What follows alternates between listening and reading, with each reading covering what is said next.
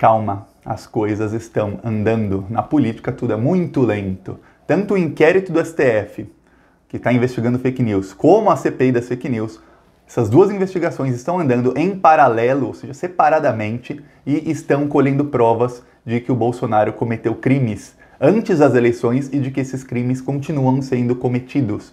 Então, enquanto de um lado os holofotes estão todos virados para o desgoverno Bolsonaro e para todas as coisas que ele faz de errado, para os crimes de responsabilidade dele e tudo mais, de outro lado, por trás dos holofotes, onde ninguém está vendo, há duas investigações que estão caminhando rapidamente e estão indo passo a passo para provar os crimes do Bolsonaro, e isso pode levar à cassação de chapa, pode levar ao impeachment, sim. Hoje tem mais informações tanto da CPI como do inquérito. Mas antes, se você é contra o governo Bolsonaro, se você quer ver a casa cair, se inscreve no canal. É muito importante fazer número para o YouTube, levar o vídeo a mais gente. E 60% das pessoas que assistem os vídeos até o fim não são inscritos no canal. Então, se você não é inscrito, se inscreve, seja um dos 40% que é inscrito no canal e vamos aqui fazer oposição juntos. Então vem com a gente e agora vamos falar sobre a CPI, sobre o STF e como a casa uma hora vai cair. Não vai ser uma bomba não, vão ser várias bombas contra esse governo. O inquérito do STF não está vazando quase nada, eles estão bem avançados na investigação. A investigação do STF é um inquérito que foi aberto mais de um ano atrás. É uma investigação que começou investigando pessoas que estão difamando e fazendo ataques contra ministros do STF nas redes sociais, tá? Depois, pessoas que estão ameaçando ministros do STF, tá? Agora a investigação mudou completamente. O foco é bolsonarismo. Só esse, o foco é o bolsonarismo. Porque eles descobriram que quem fazia ataque aos ministros do STF eram bolsonaristas. Quem financiava esses ataques eram bolsonaristas. Quem organizava manifestações em que colocavam máscaras do Gilmar Mendes, do Dias Toffoli na manifestação e gente apedrejando os bonecos que tinham máscara desses ministros, eram bolsonaristas. Não apenas quem financiava, mas quem organizava essas manifestações e quem ia nelas. E aí o STF mudou o foco total contra o bolsonarismo. Esse é o foco do STF. Então quando a gente fala, o STF está calado, parte do STF está calada e acovardada. Mas outra parte está investigando e está colhendo todas as provas. Saiu hoje a notícia de que empresários bolsonaristas gastam 5 milhões de reais por mês para promover fake news e para promover manifestações pró-Bolsonaro e para promover ataques ao STF. Ou seja, a investigação do STF está chegando. Chegou na página do Luciano Hang, que é o dono da Van, e provou, já tem as provas, de que ele está gastando muito dinheiro em anúncios nas redes sociais. Esses são os anúncios que ele faz da maneira oficial. Vai lá no Facebook, clica em impulsionar a publicação, impulsiona e é o anúncio ali da maneira oficial. Fora os anúncios que eles fazem escondidos, que eles fazem não com a página oficial dele, ou que eles fazem por meio de agências de marketing. Então o STF está chegando e colhendo as provas de que empresários não apenas financiavam o Bolsonaro por fora durante a campanha, o que é crime eleitoral e leva à cassação da chapa, mas continuam financiando o Bolsonaro mesmo agora, depois das eleições, e financiando e gastando milhões para ele. E aí vem a pergunta, a troco de quê? E é isso que o STF está investigando agora. Porque, veja bem, você pode ter muito dinheiro, mas você não vai ficar gastando 5 milhões por mês para ficar promovendo um governo se o governo não te der nada em troca. Alguma coisa o governo dá em troca. E se você gasta dinheiro e o governo te dá em troca de outro lado, o nome disso é propina. E aí a gente começa a ter um leque de outros crimes. Então, o STF está indo. Poucas coisas que vazam nesse inquérito do STF é isso. Já descobriram que empresários estão gastando dinheiro promovendo, inclusive, as manifestações do próximo domingo, que são manifestações pedindo o fechamento do Congresso e do STF. E, gente, eu não gosto do STF, muito menos do Congresso. Eu não gosto deles. Ninguém gosta do STF e do Congresso. De nem esquerda nem direita. Mas pedir o fechamento das instituições é pedir uma ditadura, é apoiar uma ditadura. Porque se não tem Suprema Corte e não tem Congresso Legislativo, só tem poder executivo, então é uma ditadura. E que só o presidente manda, ele é como se fosse um rei do país. Então, são manifestações apoiando uma ditadura. E o STF já tem provas e já sabe quem são os empresários que estão gastando muito dinheiro para financiar isso. Então, gente, calma. Ainda tem meses de investigação. Eles vão reunir todas as provas. Quando tiver tudo, vai ser uma bomba só. E aí, espera para ver a casa cair, porque essa bomba vai explodir no colo do Bolsonaro. Em paralelo a isso, o Bolsonaro faz os ataques ao STF, ao Congresso. Ele convocou hoje, ontem à noite, ele usou o Twitter oficial da SECOM, Secretaria de Comunicação do Governo, ou seja, um Twitter pago com dinheiro público, da SECOM corrupta do secretário Weingarten, aquele secretário que recebe propina da Record, da Band. Eu posso falar que é propina porque ele aumenta a verba de publicidade desses canais e esses canais contratam a empresa dele. O nome disso em qualquer lugar do mundo é propina. Então, esse corrupto aí, ele usou o Twitter oficial de um órgão governamental que é a SECOM para promover as manifestações do dia 15 que pedem a ditadura. Olha só como isso é grave. Aí você fala, pô, nada acontece com o Bolsonaro?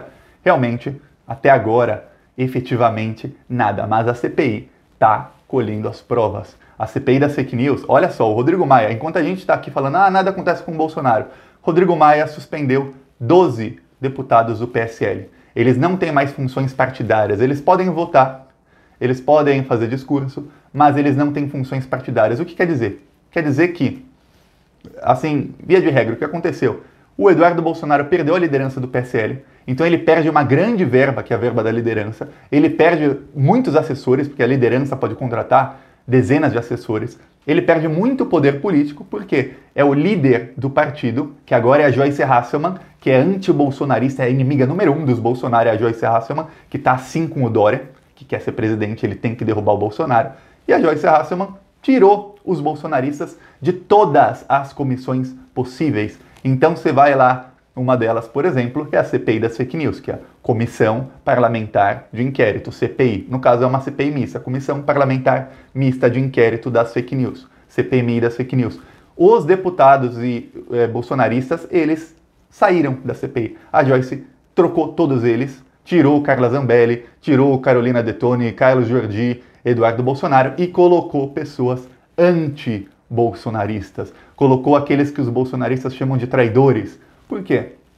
Porque agora há uma maioria absoluta, uma maioria completa anti-bolsonarista na CPI das fake news. Agora eles podem investigar tudo o que eles quiserem e eles sabem que os bolsonaristas não terão acesso nenhum à investigação. Porque até então, quando eles investigam, tem uma equipe da Polícia Federal só para ajudar na investigação. Quando eles recebem dados, esses dados são recebidos pela CPI e aí a mesa diretora lá da CPI, que é o presidente, a relatora, eles têm acesso a esses dados, mas qualquer parlamentar que faz parte da CPI pode pedir acesso a isso, ok?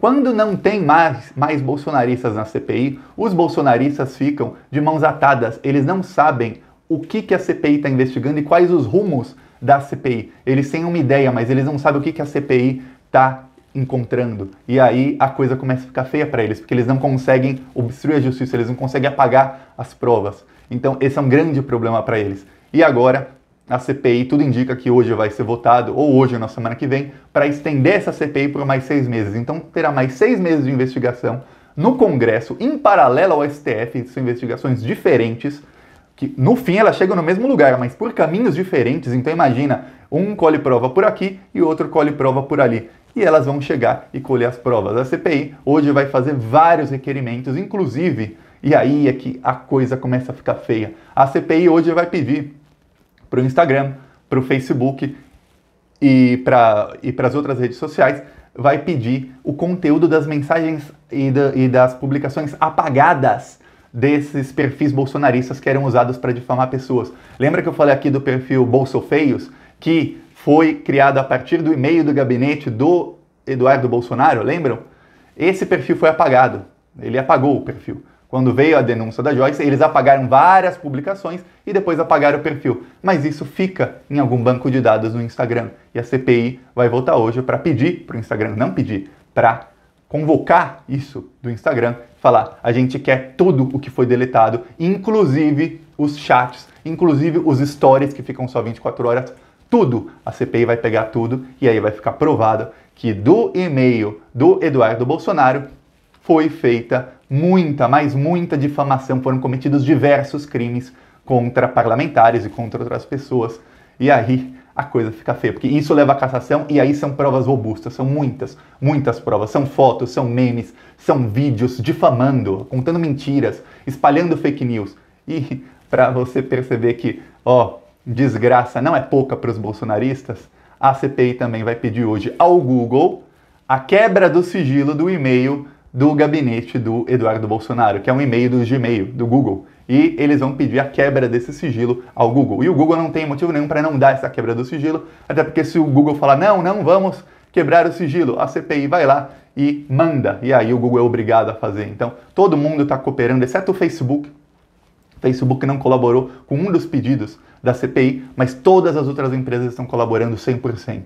Então, a coisa vai ficar feia. Imagina os e-mails do gabinete do Eduardo Bolsonaro, todos à disposição da CPI das fake news. Hoje também vai ser pedido, vai ser votada a quebra do sigilo fiscal, bancário, telefônico e telemático, ou seja, as mensagens online, do Hans River, aquele que foi lá mentir na CPI, que falou que a repórter da Folha queria fazer sexo com ele, no fim a repórter provou que era ele quem queria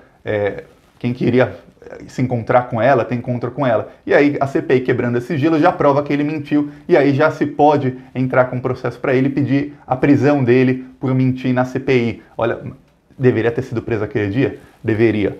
Uma coisa, eu critico aqui sempre, os parlamentares na CPI, nos depoimentos, a atuação deles é, meu Deus do céu, esse Hans River, o Alan dos Santos, foram atuações péssimas.